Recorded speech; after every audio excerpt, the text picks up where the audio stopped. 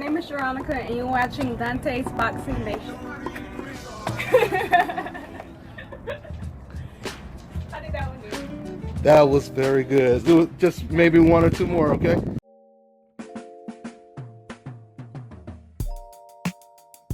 Dante's Boxing Nation, what's going on, guys? So Bob Arum just announced that the pound-for-pound best fighter in the world, Terence Crawford, assuming he gets past Shawn Porter, will fight against the other top 3 pound-for-pound fighter in the world, Josh Taylor, earlier next year. Just a couple of side notes. For those of you guys who don't know, Terence Crawford and Josh Taylor both became undisputed champions at 140 and against really tough competition. See, it's just as simple.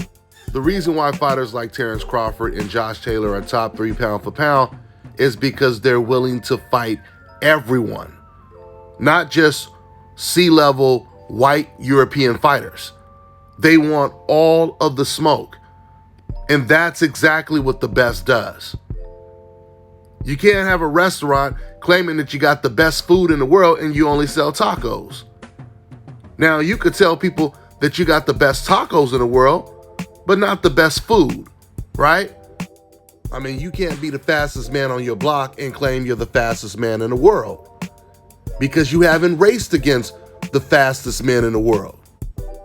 And this is the reason why this would be a great matchup. Now, don't get me wrong. Of course, we want to see Crawford versus Errol Spence. I don't understand why Bob Arum didn't even mention Errol Spence's name. It could be possibly because he wants to do another in-house fight, since both Josh Taylor and Terence Crawford are promoted by Bob Arum. Speaking of being promoted by Bob Arum, I guess this means Terence Crawford is going to be sticking around a little bit longer when it comes to Top Rank. I mean, it seemed like it was a foregone conclusion that he was going to get out of there as fast as he could after Bob Arum had completely trashed him and dissed him in front of the whole boxing world, talking about how he's lost so much money trying to promote Terence Crawford. Wouldn't you think that if Bob Arum lost all of this money, he would be trying to get rid of Crawford as fast as he could? I mean, if you got a business that's doing nothing but losing money, what are you going to do? You're going to most likely sell the business, right? So why is Bob Arum still trying to cling on to Terence Crawford when he claims all Crawford does for him is lose money? And it's even crazier when you think about the fact that you got Teofimo Lopez that stays constantly dissing Bob Arum. And never did Bob Arum ever say any of the type of things that he said about Crawford. He hasn't said these things about Teofimo. And unlike Teofimo Lopez, every single time Bob Arum dissed Crawford, he came back extremely respectful. Never said anything bad about Bob Arum.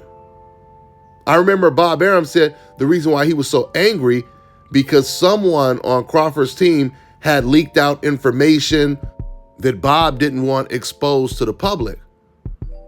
But the thing is, Teofimo, he always leaks all type of information. Not only does he leak information, but he disses his own promoter on top of that. So none of this is making any sense.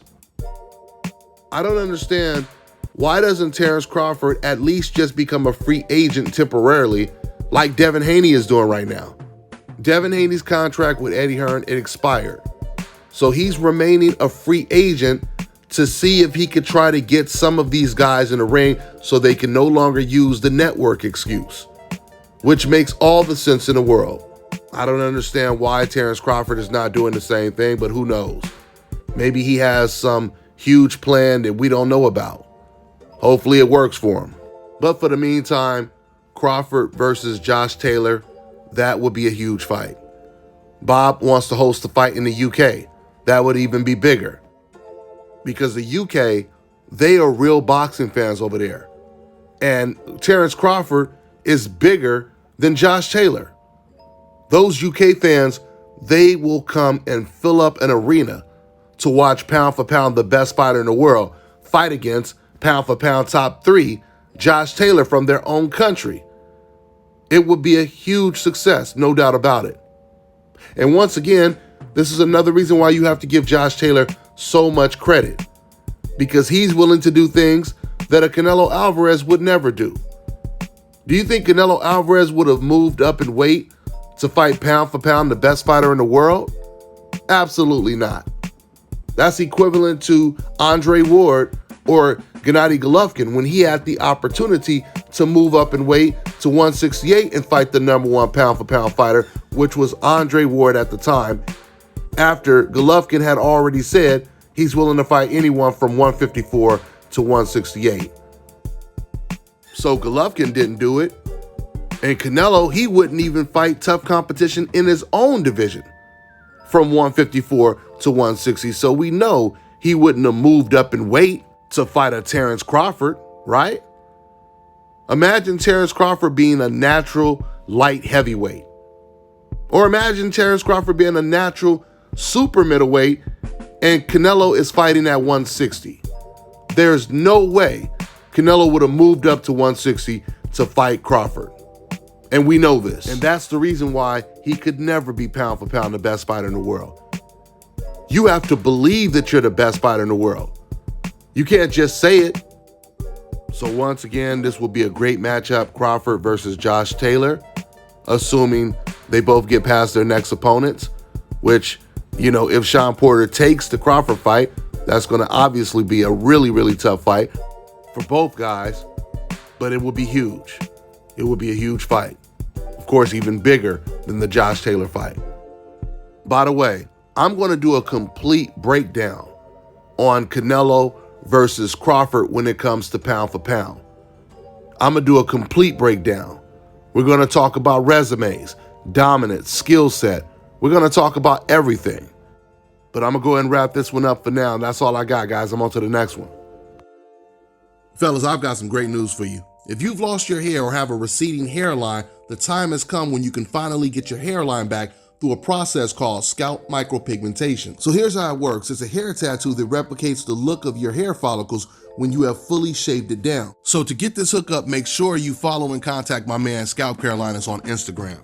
Contact them at 704-499-3471 and make sure you follow them on Instagram. All right, now check this out, guys. If you're looking to repair eczema scars, burns and bruises, dark spots and blemishes, then this right here is the perfect product for you guys. It's called Elo Deki Face and Body Oil. Athletes and top-ranking boxers, they're also using it after training to reduce swelling, inflammation, and to ease the pain. So get yours today. Go to elodeki.com, like them on Facebook, and follow them on Instagram.